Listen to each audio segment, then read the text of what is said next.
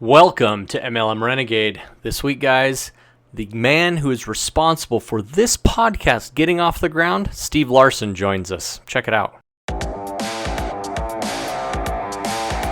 So here's the million-dollar question. How are network marketers like us, who've tried everything their upline ever suggested to be successful, and yet still struggled, who grew up with technology and aren't stuck in the 20th century, how are we supposed to grow our downlines and our bank accounts and yet still have time for real life? My name is J.R. McKee. Join me as we explore how to use 21st century learning and technology to grow our downlines and build lasting wealth. Simply put, this is MLM done different. Welcome to MLM Renegade.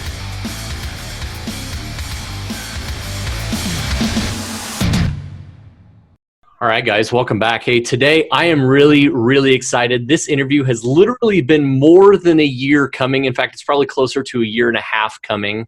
The man, the myth, the legend, Steve Larsen is finally on the MLM Renegade podcast, and it's his fault that this thing even exists. So, Steve, man, you know, we've been able to talk a little bit in the past, but I'm really glad to finally have you on here. Hey, thanks, man. Thanks for having me on here. And you even know also, I told you the story. I was going to get this domain, and then I saw that it was totally taken, and I was like, that's a really good name. I was, it's not capitalist pig, but it is, it's definitely, I was pleased when I found it. So, I mean, you had, Sales Funnel Radio and secret MLM hacks and all that. But, so speaking of that, right, you have now Secret MLM Hacks, which is how I found you, right? I bought your course and then came to the first OfferMind event like a week later and kind of sat there and drank from the fire hose. I'm not sure I've shared that with you. Like literally, I found it, I think at Halloween, and I bought it. And then I realized you were having OfferMind, and it was in Boise. And of course I live in Salt Lake, and I'm like, well, I got to go. And so I convinced my wife to let me leave for 3 days and drove up to go hang out. And I was part of that first OfferMind, and that led to the next OfferMind, and, awesome. And working with you on the, on Hack MLM and all that sort of stuff. So it's been, it's been a lot of fun, but kind of what, so you decided to close Secret MLM Hacks, which is, of course, I still have access to and I love and I use. But what was behind the thought process of deciding to close that down? Yeah, two things actually. There were two things. That program was really awesome. It was powerful. And for anyone who doesn't know, or if you're watching and listening now, it was a program. The headline was literally 3 steps I'm using to auto recruit big people, basically, without friends and family even knowing I'm in an MLM. And never changed the headline, still the original headline from when I first launched it. And it was because of, I was trying to fight against this whole notion that in order to have success in network or MLM marketing, like you have to go talk to your private circle, of people. And that's just not true. In fact, we looked at my numbers today. There's, soon I'll be at 1,000 people in my downline. I haven't spoken to one of them. And I've said that in the past, and some people have been like, well, this is a networking business. Like, that means you don't want to talk to people. Like, that's not the point. I still train, I still automate the training. But it's the strategy. When you look at things like network marketing or MLM, like any other company, what are its needs? You got to have consistent leads or you will die. Like, okay, well, how can I use the internet for consistent leads? I need to sell something or the doors don't stay open. And I decided to sell stuff that was outside of the network marketing company that I was, that I'm in now still.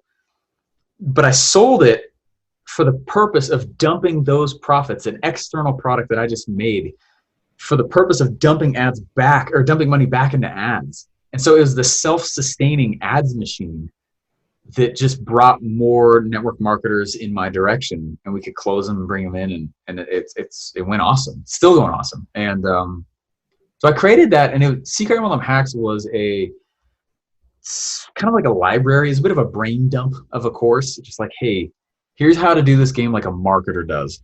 And I'm not the person to invent those strategies either. A lot of people have done those, but it's just not a publicly done thing. MLM plus internet, like what, So I stopped Secret MLM Hacks for several reasons. The first is that I felt like we had a lot of people have a lot of success with that. We had a lot of people, make just like, 5x their team volumes. I mean, it was nuts.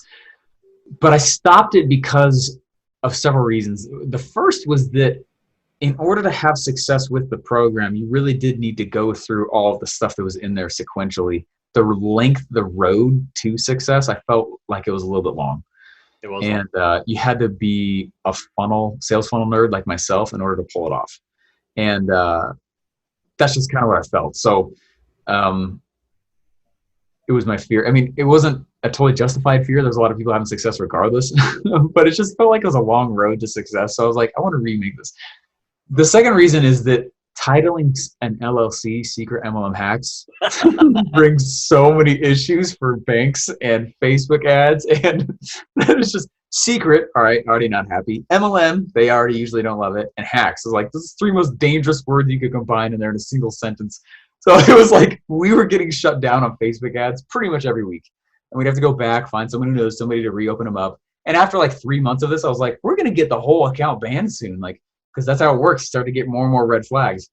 So part of it was there needed to be a little bit of a rebrand. But second of all, I want to change how it's done and go through a big simplification process. So Secret MLM Hacks was still and still is an amazing program, which will certainly be involved in the future. But it's kind of like a library. And instead, I want to go just focus on specific 2 or 3 strategies that will blow people up.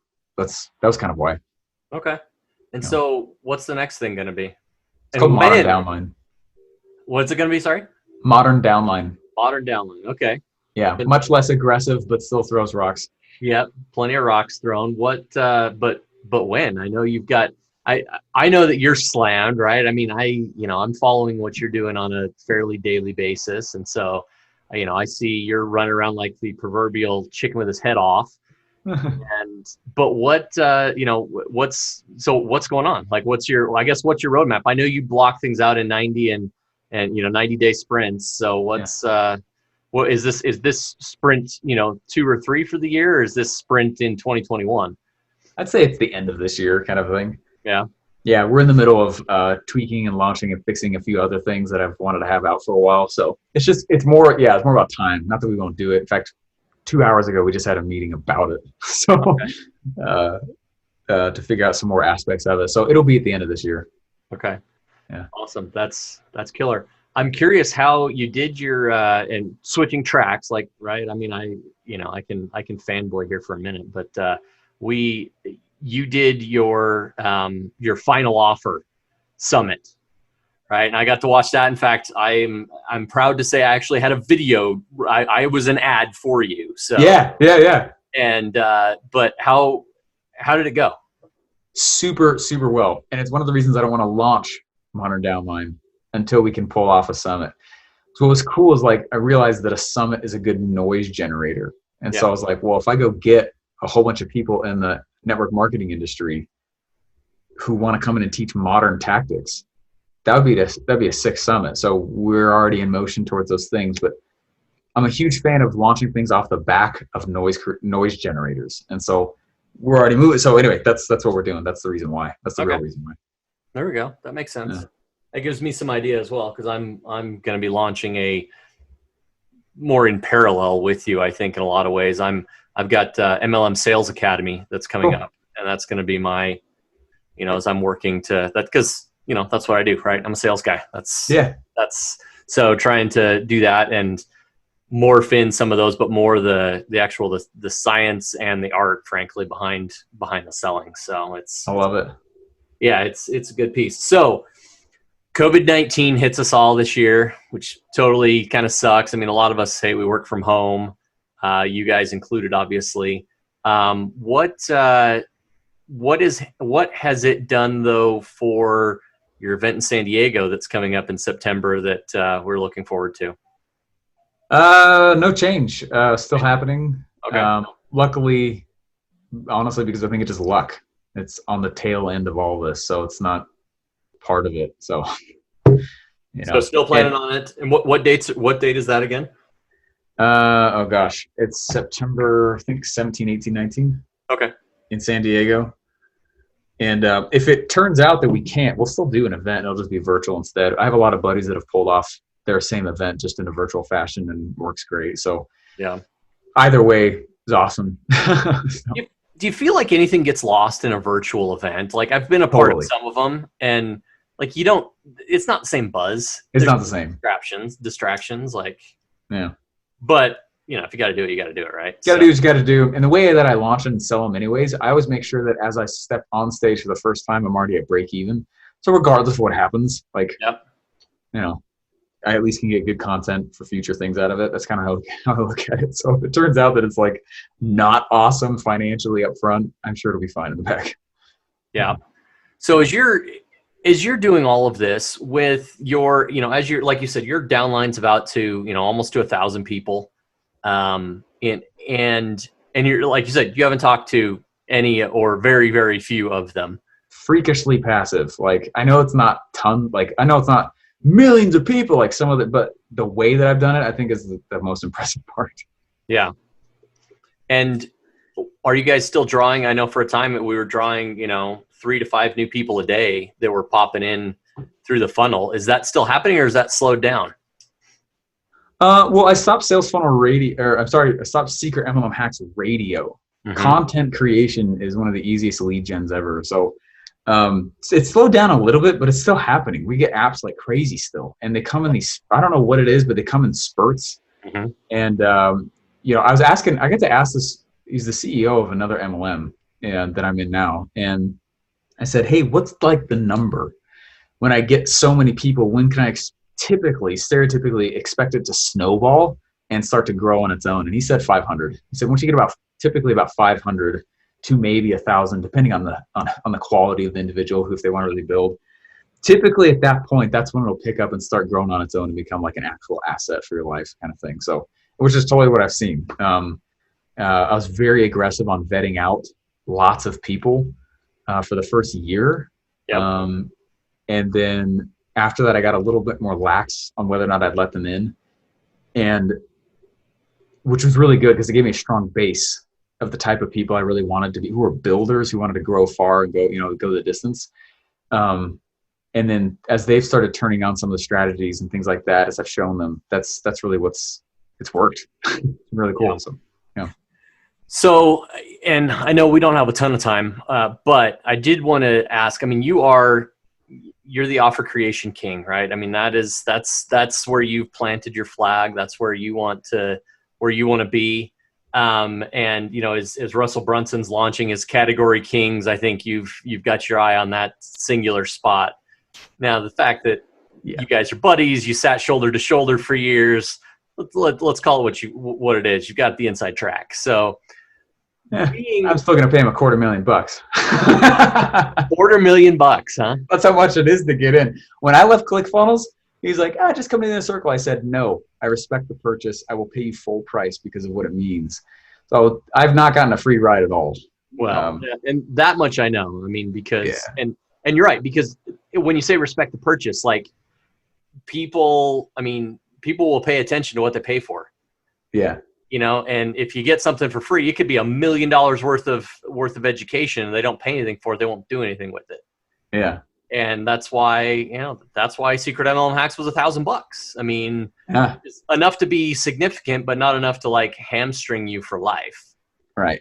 So it's, I hadn't heard the figure on Category Kings with Russell though. I don't know if that's the real one. That's the last one I've heard of as of like 6 months ago. So but I'm pretty sure it's going to be that. It gets bandied. Well, and now he's shut down Inner Circle access for right now anyway. So, so as the presumptive category king for offers, right? For somebody who's coming in and wanting to make an offer around MLM, kind of enlighten us a little bit. And I've listened enough that I think I know what you're going to say, but I want to hear you say, like, where are you going for the person who's coming in somewhat fresh with the idea of creating offers around MLM to grow their own? Yeah, there's that's an ever evolving answer for sure too. So it's like which is part of the reason I wanted to make another course. I've changed my strategy here just a little bit. Okay. And my strategy, especially in the last year, I kind of stumbled on it. I didn't mean to, but I did. And similar to how Russell stumbled on the funnel hacker thing, he didn't make that up. His audience did. And then he's like, oh, we should do that. So I call myself the capitalist pig. Mm-hmm. And it was not on purpose either. Actually, it was a derogatory jab from somebody else after I bought a shirt on some shirt ecom site or whatever that said capitalist pig on it. My version is not the first version at all. And it's just a version of the shirt that people really, really like. And one of my biggest secrets and like little tricks and hacks lately has been, you know, if I'm going to go and I'm going to sell, you know, okay, I'll say it this way. Like if I'm going to put my kids in the car and I'm going to wake up and I'm going to go to the farmer's market, that's the point. I go to the market because I'm not the market. And so the first thing I would say, if somebody's going to go and get into the network marketing space and like they want to go make a cool offer, the first thing you have to do is, there's a question I got asked in my marketing degree all the time in college that is just the most false, made up, impossible question ever, which is, who is your target market? Markets aren't whose, they're locations, right? So you ask yourself instead the question, like I go up and I go to the farmer's market because I'm not the market. And so you separate those two out. I want a dream buyer. So I have to figure out who my avatar is. Sometimes people call it that. Who's my dream who? But then I have to figure out where my dream market is. The locations that they are already frequenting. When you figure out those two pieces right there, that's like 50% of marketing, if you understand those two pieces right there. So I ask myself, if you're going to go in and start creating a new offer, one thing that I do is once I figured out who my dream who is, and I know where my market is, I look to see, I'll write this in for a second. I know it's kind of all over, but I take a moment to look at the marketplace that I want to go to sell and send my message. And what I do, especially the last like year, I've been doing this a lot, and it's such a faster hack to the game, so much faster. I look to see what messages and opinions and social issues are already existing inside of that market. And so I step back for a moment and I start asking myself, like, okay, as a marketer, I got two options really when it comes down to it. The funnels are sexy. They're not really why you have success though. Funnels kind of just capture marketing. They're not marketing itself. They capture the effects of marketing, you know? So and again, I know I'm kind of going all over, but if you sit back and you think about this, like, I'm going to go into this marketplace and I got two options. I can either create noise, look at me. Or the second option is inside of this marketplace, I can actually try to find ways to align with the noise that already exists. That's way faster. Hence the capitalist pig thing. Yeah. I didn't create the conversation, capitalism versus socialism. Obviously not. That's been around forever. But what I am doing is I'm writing the noise of capitalist versus socialist. And on the back of the noise, selling my products. That's a marketer. That's not easy to do for sure, but it's way easier than, here's your cool product, distributor. Now go, it's so good, you can just go put it in front of people and they're gonna go buy it. That's garbage. That's so not true. Like even Steve Jobs had to sell his products. His product's pretty good. You know, yeah. Still have to sell them. I still have to figure out what a sales message is. Still have to figure out how to create noise in your direction for consistent leads or you'll die. Still have to figure out, and so I would say if somebody's going to go make an offer in the network marketing space, they got to figure out to what scale they're really trying to go this at. If you're like, hey, this is my career for life, I'm going to go make a movement. I want this to be the thing that retires me in just a couple of years. I would really consider trying to find some existing message that already is that you could ride and sell your products on the back of. Otherwise, I mean, you look at a guy like Russell Brunson, the dude is a genius. He's absolutely brilliant. He has spent tons of time trying to create noise in his direction because he's got this new thing called funnels, right? That's so much work. I mean, you think about how big they are. I mean, they're almost $1 billion company, but people still as a whole really don't know who they are. it's like, whoa, your level of expertise with hundreds of employees, all your resources, all of your publishing, your world-class content. I mean, all this, and people still barely get you. It's like, that's the effects of just trying to get noise. And that's what most network marketers are told. They step on out, they're like, here's your product, go get noise. And you're like, come look at me. That sucks, and it's slow, and it's like emotionally draining. Instead, like, I'm trying to find the other way around. And this is why I can drive lots of money in Facebook ads, but not get in trouble from Facebook or the MLM. Because I'm not driving it to my ads. I'm driving it to things that I've created. And then on the back, I'm selling my products. And on the back, I'm making my offers. Anyway, maybe a little bit of a rant there a little bit, but it's in thinking of it in terms of that has really shortcutted the game tremendously. And it helps because you're like, oh, I know what a marketer actually does now. They're noise creators in the direction of what they could buy from me. That's awesome. And that shortens the game. That's awesome.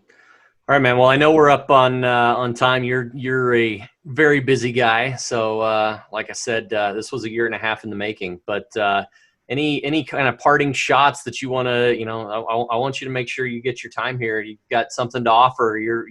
Make an offer here. Tell us how we can get in touch with you, what we can buy from you, and what we can do with you. Yeah. So one of the biggest things I'm trying to do right now is just help people see how they actually can create an attractive offer. There's a lot of parts and pieces with it. You can get as nerdy about it or as short as you want to about it, for sure. But I created this thing. We're still in the middle of our beta right now but it's called Create Your Core Offer. And I'm going to change the name because I don't like it.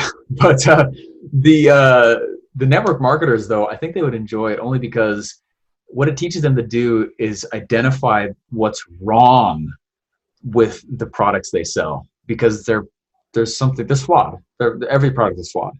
Yep. What's wrong with this? And then figuring out how to go and solve some of those problems and bundle it with the original purchase. Meaning that's all I do. And, I know that's what you do as well. It's like, how can I go and solve the follow-up problems post-purchase of this product and then give them away for free as part of their original purchase? It increases the value of what you buy. Now you're not competing with everyone in your upline and downline. And it solves a ton. And so that is not a very hard thing to do, but there are a few steps to it. But capitalismswag.com or createyourcoreoffer.com would probably be the best ones. All right. Well, capitalismswag.com. Well, let's just say my wife is maybe not quite as impressed as I am with the number of capitalism swag items that I own. I think I've got about half a drawer full of stuff there. Yeah, you got the piggy bank there. Love to see it. I think I've got 4 piggy bank shirts. One It's Monday shirt. I like the I got 99 Problems shirt. I've got a few. So we got some pretty other crazy ones coming out. So excited. I'm looking forward to it. I know a guy, so I'm hoping to snag me a couple of them. So anyway, Steve, it's been a pleasure. Thanks so much for coming on with me this week, and we'll look forward to seeing what you're doing in the future. Hey, thanks, Joe. Appreciate it. You're the man. It's been awesome to get to know you, and everyone who's listening and watching now, you're in great hands. JR's the man. Hey, thanks for listening, and please remember to subscribe. And if you loved us, leave us an awesome review on iTunes, Stitcher, or wherever you consume your podcasts. Now, if you'd like some free training for your team on how your recruiting efforts can be bettered and brought into the 21st century, go to podcast.mlmrenegade.com and get your copy of the Renegade Recruiting Kickstarter.